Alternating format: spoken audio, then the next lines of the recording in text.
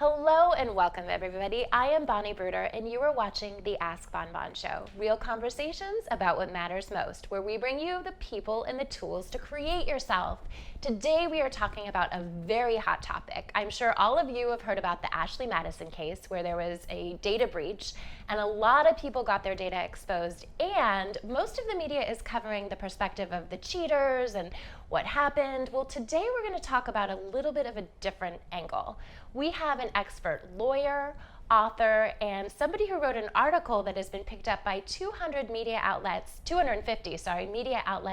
because she has a little bit of a different point of view.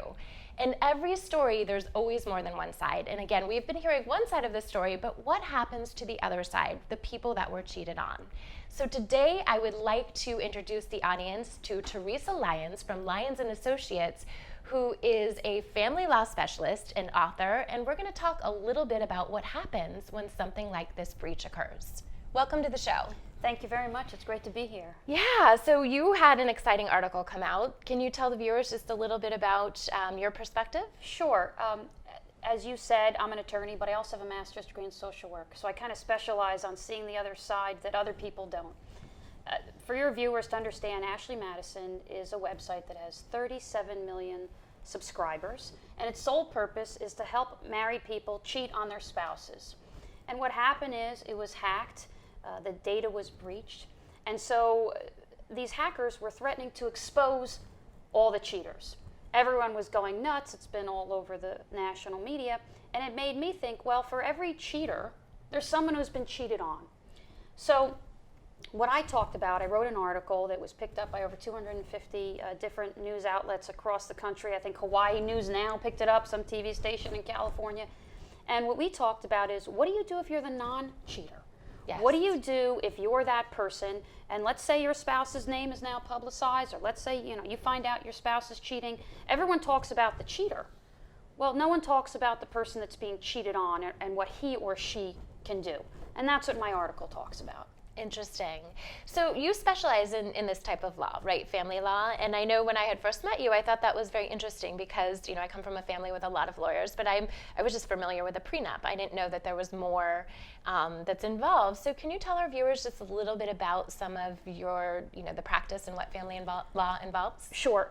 Anything having to do with the family, we specialize in it. So not just prenups and divorces and child custody, domestic violence, same-sex couple litigation. We have a case involving grandparent visitation right now that we're arguing before the state Supreme Court next month. So anything related to any structure of the family, how to make it up or how to break it up, that's what we do. I find that so fascinating. Wow. And so you've obviously been at this a long time. And can you tell us just a little bit about your background? Sure. Besides being a lawyer, I have a master's degree in social work. I call it kind of like the interplay. If you think of Star Wars and Luke Skywalker always battling the dark side, right? The master's degree in social work and the law. Although I really don't know which side is the dark side. Is it the law or is it the social work? You have to be careful some days. I clerked for the Supreme Court of New Jersey. I'm the managing partner of Lyons & Associates. I'm also a best-selling author. And we work every day. We're trying to redefine the culture of what it means to be family lawyers. We have a free app for the smartphone we give to everyone on the planet. You can do free child support calculations. We have free contacts that you can link to every single domestic violence shelter across the state where my practice is housed. We're really seeking to redefine the practice of family law and what it means to be a part of that transition. That's really what it is. We're partners in that transition. Fantastic. So how do people access your app if they're watching and they're interested? Well, if they want to go, the app is for free and you don't have to be our client. You can go into the App Store, and if you put in Lyons PC, or you can search Lyons & Associates, you also can go onto my web page and find a link for that. It's Lyons & Associates. It's got a couple tools that are really sexy and fun. One of them is, like I said, a free child support calculator. A lot of law enforcement are downloading it. There's a panic button that you can use to report domestic abuse. Okay. And if you hit that, you can either instantly be connected to Child Protective Services, or if you hit domestic violence, you can be connected to domestic violence shelters. It's got all kinds of educational articles, all kinds of free things. And again, you don't have to be our client. It's really, that's been getting a lot of headway in the news and the press as well. Fantastic. And you're an author, so tell us a little bit about your book. My book, bestseller on Amazon, it's called Sticks and Stones, Life Lessons from a Lawyer.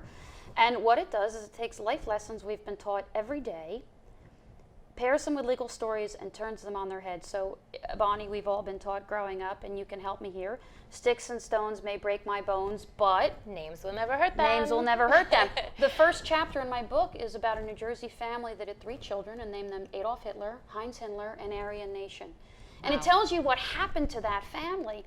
And it goes on to talk about everything that happened, and eventually their children were taken away from them.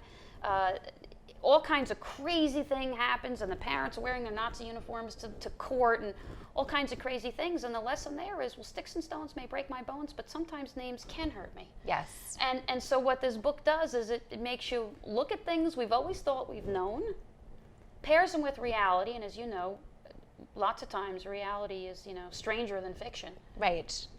And makes you look twice. And so the book has really resonated. It's doing extremely well. And that can be found on Amazon. Sticks and Stones, Life Lessons from a Lawyer. I love that. You are definitely a woman of all trades. Thank you. Thank you. So, back to where we started the conversation, and what I love so much about your work is you do provide an interesting perspective. You provide that other side. My mom used to always say there's 3 sides to every story. There's your side, their side, and the truth. And I find that to be the case, and so much of the media focuses on, side one. It's always just, here's the perspective. So what advice do you have for people if they have been either affected or, perhaps they were somebody that was on the other side, that were cheated on? What advice do you have to people to protect themselves going forward? Well, in the article, we give 4 tips to the non-cheating spouse. The first thing that he or she should do is find out what's the level of cheating. And we say that because, look, some people might be more easy to forgive a one-night stand at, a drunken party versus an ongoing relationship with, one person they're very emotionally connected to or multiple people. Also, finding out the nature of the cheating will help the non-cheating spouse be protected to know whether they need to be tested for STDs, what other risks they've been exposed to. Sure. The second thing that the non-cheating spouse should do is really take a hard look as to whether they believe their marriage can be saved. 80% of people that go into marriage counseling fail, not because they don't want to save their marriage, but because they have unrealistic expectations as to whether their marriage can be saved. And people say, oh, will our marriage ever be the same? The answer is no. Your marriage will never be the same. The right question is, can you rebuild a new marriage that's emotionally fulfilling enough for both parties? The third tip I give is to not put your children in the middle of the conflict.